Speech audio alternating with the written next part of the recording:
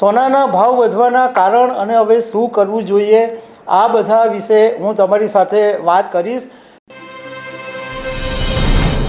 નમસ્કાર. આજે દેશમાં સૌથી પહેલાં ગુજરાતની અંદર સોનાનો ભાવ છે એ 10 ગ્રામ દીઠ 1 લાખ રૂપિયાને પાર કરી ગયો છે. જેમણે નીચા ભાવે સોનું ખરીદીને ઘરમાં મૂકી રાખ્યું છે એમને તો બખ્ખા થઈ ગયા છે. પરંતુ જે લોકોના હવે લગ્નસરાની સિઝનમાં જેના લગ્ન આવી રહ્યા છે એમના માટે ચિંતાનો વિષય બની ગયો છે, કારણ કે સોનાના ભાવ કૂદકે ને ભૂતકે વધી રહ્યા છે. સોનાના ભાવ વધવાના કારણ અને હવે શું કરવું જોઈએ આ બધા વિશે હું તમારી સાથે વાત કરીશ. મારું નામ રાજેશ શાહ છે અને તમે જોઈ રહ્યા છો ગુજરાતના સૌથી મોટા ડિજિટલ ન્યૂઝ પ્લેટફોર્મ ખબરછે.com. સોનાનો ભાવ આજે ગુજરાતની અંદર 1 લાખ રૂપિયાને પાર કરી ગયો અને આજે અમે સુરતમાં સોનાનો ભાવ શું છે એની જાણકારી મેળવી તો 24 કેરેટ 10 ગ્રામ દીઠ સોનાનો ભાવ 1,02,100 રૂપિયા છે જીએસટીની સાથે. આ સોના ઉપર 3% જીએસટી લાગે છે અને 22 કેરેટ સોનાનો ભાવ છે એ 93,600 રૂપિયા છે 10 ગ્રામ દીઠ. ઇન્ટરનેશનલ લેવલે બુલિયન માર્કેટની અંદર સોનાનો ભાવ છે એ ઔંસ દીઠ $3430 ઉપર પહોંચી ગયો છે. હવે હું તમારી સાથે જ્યારે વાત કરું છું તો તમને એ પણ જણાવી દઉં કે એક જમાનો એવો પણ હતો કે સોનાનો જે ભાવ હતો એ સાવ સામાન્ય ભાવ હતો. 75 વર્ષ પહેલાં 1951માં સોનાનો ખાલી 10 ગ્રામ દીઠ ભાવ 98 રૂપિયા હતો. એ પછી 2000ની અંદર 4,400 રૂપિયા હતો.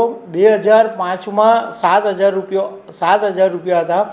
આ બધા 10 ગ્રામ દીઠના ભાવ હતા. 2015માં 26,000, 2020માં 48,000, 2024માં 80,000 અને હવે 2025ની અંદર 1 લાખ રૂપિયા સોનાનો ભાવ પાર કરી ગયો છે.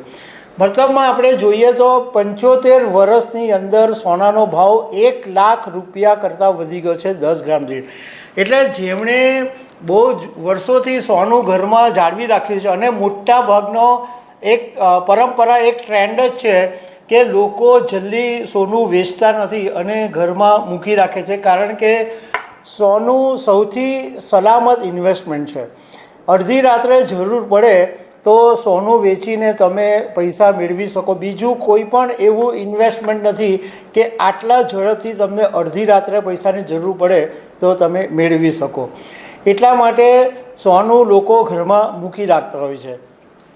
હવે તમારી સાથે કારણની વાત કરું કે સોનાના ભાવો આટલા બધા ઉછળી ગયા એની પાછળના કારણો કયા છે.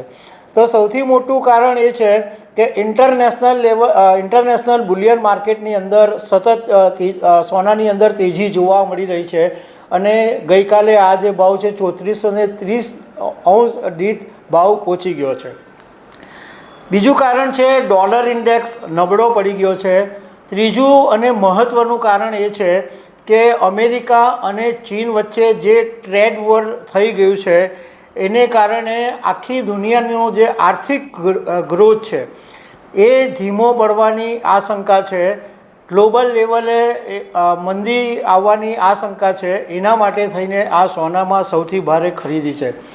બીજું એક કારણ એ છે કે હેજ ફંડ અને ગોલ્ડ ETF છે એની અંદર જે એક્સપોઝર હોય છે એ સતત ને સતત વધી રહ્યું છે. બીજું એક કારણ એ છે કે જે રિઝર્વ બેન્કો છે, દેશની જે રિઝર્વ બેન્કો છે એ સોનાની અંદર સતત મોટા પાયે ખરીદી કરી રહી છે અને માર્ચ મહિના પછી ચીને પણ સોનાની અંદર જોરદાર ખરીદી કરી છે. અને બીજું એક કારણ છે એ પણ મહત્ત્વનું છે કે ગોલ્ડનું ઉત્પાદન ઘટવાની આશંકા છે. આ બધા કારણોને લઈને સોનાના ભાવની અંદર તેજી જોવા મળી રહી છે અને ભાવ આસમાને પહોંચી રહ્યા છે.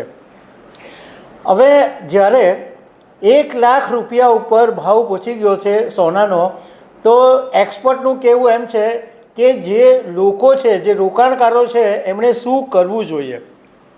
તો એમની સલાહ થોડી મિક્સ છે. એમણે એક્સપર્ટનું કહેવું એમ છે કે સેન્ટ્રલ બેન્કો છે એ ઇક્વિટીની અંદર ઘટાડો કરીને અત્યારે સોનાની અંદર હોલસેલ ભાવ જથ્થાબંધ ખરીદી કરી રહી છે. અને સેન્ટ્રલ બેંકનો હેતુ એવો હોય છે કે સોનાનો જે ભંડાર હોય એની અંદર વધારો કરવાનો. એટલા માટે સેન્ટ્રલ બેન્કો મોટા પાયે ખરીદી કરે છે. પરંતુ આ વાત સામાન્ય રોકાણકારો માટે જોખમ હોઈ શકે છે. જો કે બીજા એક એક્સપર્ટનું કહેવું એમ છે કે જો તમારે સોનાની અંદર અત્યારે રોકાણ કરવું હોય અને તમે લોંગ ટર્મ માટે રોકાણ કરવા માંગતા હોય તો આ ભાવે પણ તમે ખરીદી કરી શકો છો.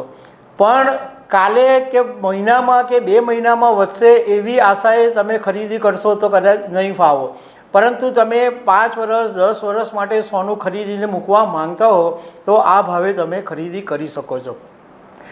હમણાં જ તાજેતરમાં એક ઇન્ટરનેશનલ લેવલના રિસર્ચ કંપનીનો એક રિપોર્ટ બહાર આવેલો હતો કે ટૂંક સમયની અંદર સોનાનો ભાવ છે એ 10 ગ્રામ દીઠ 1,35,000 રૂપિયા સુધી પહોંચી શકે છે.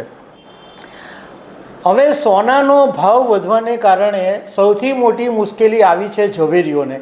કારણ કે આટલા ઊંચા ભાવે કોઈ દુકાનની અંદર ખરીદી કરવા આવતું જ નથી. વર્લ્ડ ગોલ્ડ કાઉન્સિલનો એક રિપોર્ટ તાજેતરમાં આવ્યો છે અને એ રિપોર્ટની અંદર એવું કહેવામાં આવ્યું છે કે જે 40-45% ખરીદી એવી હોય છે કે લોકો જે ઘરમાં સોનું પડેલું હોય, જે ઘરેણાં પડેલા હોય એ નવા ઘરેણાંની સાથે એક્સચેન્જ કરવા માટે આવે છે. પરંતુ જે નવી ખરીદી છે એ અત્યારે નથી. એટલે સોનાના ભાવ વધ્યા છે એ ઝવેરીઓ માટે તો મુશ્કેલ ભર્યા છે. કારણ કે ઓછા ભાવ હોય તો એમની દુકાનો આખી ભરેલી હોય, લોકો ખરીદી માટે પડાપડી કરતા હોય. પરંતુ અત્યારે અમારી સાથે કેટલાક ઝવેરીઓએ વાત કરી કે અમારી દુકાનમાં અત્યારે કાગડા ઉડે છે કારણ કે કોઈ ખરીદી કરવા માટે આવતું નથી. તો દર્શક મિત્રો, આવી અનેક વાતો સાથે અમે તમને મળતા રહીશું. Thank you very much.